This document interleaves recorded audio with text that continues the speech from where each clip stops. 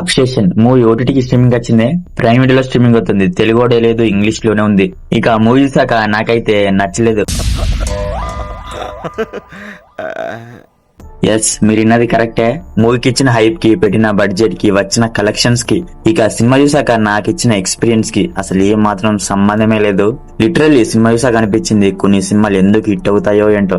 అంటే పెద్దగేం లేదు మూవీలో, అసలు అన్ని కలెక్షన్స్ ఎలా వచ్చాయో ఏంటో. మరి బహుశా లిటిల్ బిట్ జంప్ స్కేర్స్ కి, ఆ హింట్ రైజ్ సౌండ్ ఎఫెక్ట్స్ కి హర్రర్ మూవీ అని వెళ్ళిపోయారేమో మరి. అంటే వాటి కోసం చూసుంటారు తప్పిది అసలు ఏం లేదు మూవీలో. చెప్పాగా కొన్ని జంప్ స్కేర్స్ సీన్సెస్ అండ్ కొన్ని చోట్ల హింట్ రైజ్ సౌండ్ ఎఫెక్ట్స్ పెడతారు. ఇక ఇవి ఉన్నాయి కాబట్టి come on let's scare, it's horror movie అంటే ఎలా.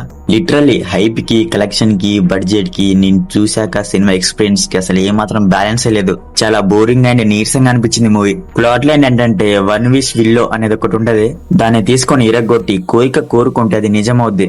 ఇక మన హీరో బియర్ ఏం కోరుకుంటాడంటే, ఈ నిక్కీ ప్రపంచంలోనే నన్నే ఎక్కువ లవ్ చేయాలని కోరుకుంటాడు. తర్వాత వచ్చే స్ట్రేంజ్ ఈవెంట్స్ చుట్టూ రెస్ట్ ఆఫ్ ద స్టోరీ ఉంటది. నేను స్టోరీ మొత్తం చెప్పేసి అనుకోకండి, మెయిన్ ప్లాట్ లైన్ ఇదే లైన్ మీద, అంటే కొంత సిమిలర్ లైనే ఇదే లైన్ మీద లేటెస్ట్ గా కొరియన్ వెబ్ సిరీస్ ఒకటి వచ్చింది, if wishes could kill you అనే కొరియన్ వెబ్ సిరీస్.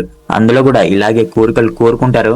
అంటే అక్కడ జరిగే ఈవెంట్స్ స్టోరీ, ఇక్కడ జరిగే ఈవెంట్స్ స్టోరీ అంతా డిఫరెంట్. కానీ దాని ట్రీట్మెంట్ అండ్ రైటింగ్ మొత్తం ఫుల్ ఎంగేజింగ్ వేలో ఉంటది. అది హర్రర్ మూవీయే, ఇది హర్రర్ మూవీయే, కానీ ఇందులో కొన్నిటికి ఆన్సర్స్ లాజిక్ ఉండవు. వన్ విష్ విల్లో తీసుకొని కోరిక కోరుకుంటే నిజం అవుద్ది అంటారు. నిజం అవుతుంది, కానీ అది ఎలా?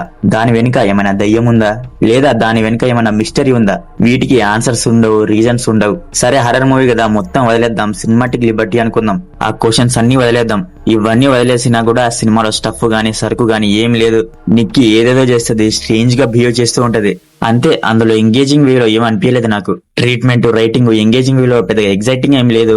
సినిమా చాలా ప్రెడిక్టబుల్ గా ఉంది. లాస్ట్ వరకు చూసా మూవీని, లాస్ట్ వరకు అసలు మిస్టరీ ఏమన్నా ఉందా దాని వెనుక అని. అంటే కోరిక కోరుకోగానే ఎందుకు అలా బిహేవ్ చేస్తుంది నిక్కీ అని, ఆ వన్ విష్ వీళ్ళ గురించి మిస్టరీ, దాని గురించి మిస్టరీ ఏమన్నా ఉందా లాస్ట్ కి ట్విస్ట్ అనుకున్నా. కానీ అబ్బే ఏం లేదు, డొల్లా. అదే ప్రెడిక్టబుల్ క్లైమాక్స్. లాస్ట్ వరకు క్యూరియాసిటీతో చూసా ఏమన్నా మిస్టరీ, ఏమన్నా ట్విస్ట్ ఉందా అని. కానీ ఏం లేదు, అవే జంప్ స్కేర్స్ పెట్టి, హింట్ రైజెస్, సౌండ్ ఎఫెక్ట్స్ పెట్టి అవే తప్పితే మూవీలో సరుకే లేదు. పర్ఫార్మెన్స్ విషయానికి వస్తే నిక్కీ రోల్ లో చేసిన ఇండే సూపర్ యాక్టింగ్ చేసింది. బియర్ రోల్ లో చేసిన మైకిల్ అండ్ రిమైనింగ్ అందరూ వాళ్ళ రోల్స్ లో డీసెంట్ పర్ఫార్మెన్స్ డెలివరీ చేశారు.